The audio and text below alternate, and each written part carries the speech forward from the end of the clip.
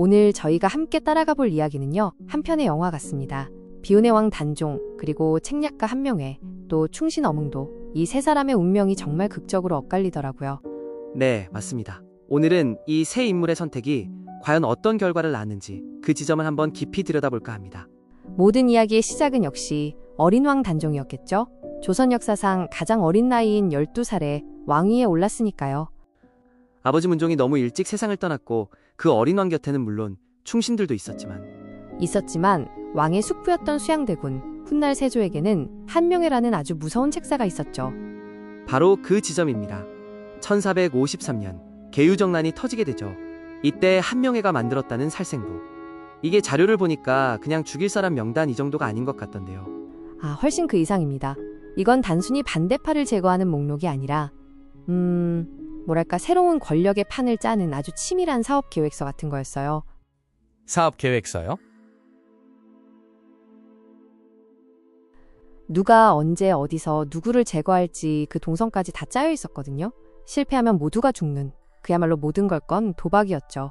와, 그 살생부 하나로 김종서, 황보인 같은 단종의 보호막이 그냥 한순간에 사라져버린 거군요.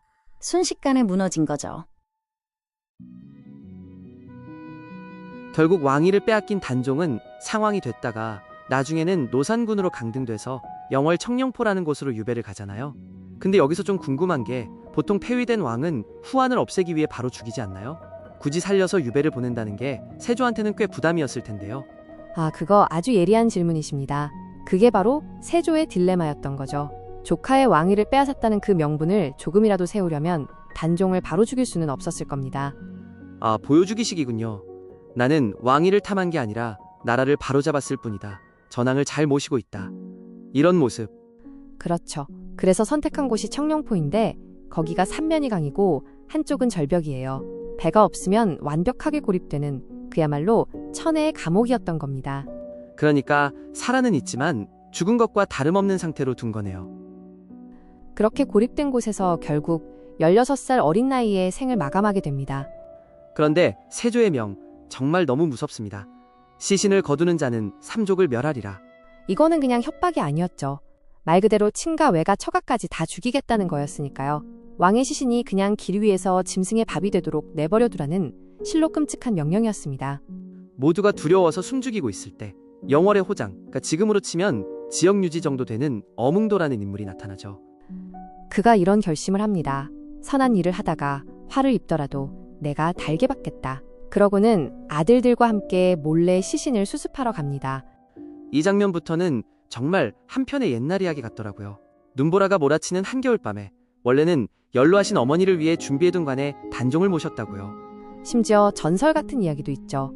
눈이 너무 많이 와서 무자리를 못 찾고 헤매는데 갑자기 노루 한 마리가 나타나더래요. 노루요?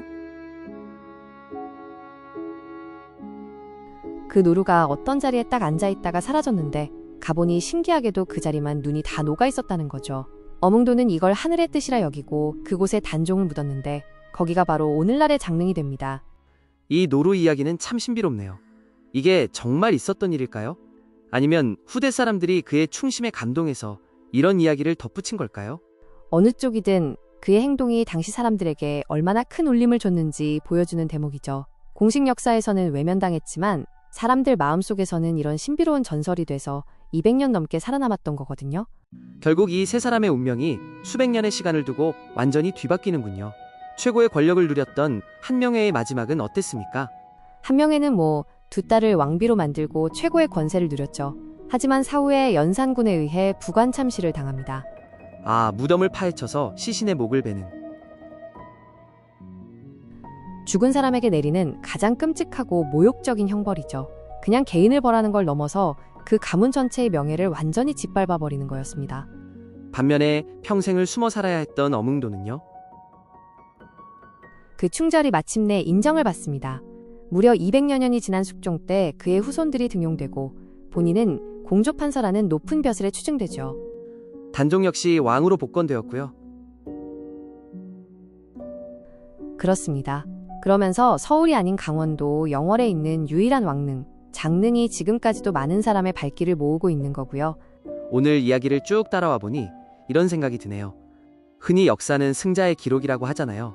그런데 과연 정말 그럴까? 그게 무슨 말씀이시죠? 한명회의 공식적인 성공 기록은 부관참시라는 5점을 남겼고, 어몽도의 이야기는 200년 동안이나 공식 기록 밖에서 살아남아서 결국 역사의 평가를 뒤집었으니까요. 아, 네. 맞는 말씀입니다. 어쩌면 진짜 역사는 당대의 권력이나 부의 크기가 아니라 시간이 흘러도 사람들 마음속에 어떤 이야기로 기억되느냐에 따라 결정되는 건지도 모르겠습니다. 오늘 이 세 사람의 엇갈린 삶을 보시면서 청취자분들의 마음속에는 과연 어떤 이야기가 가장 오래 남을 것 같으신가요?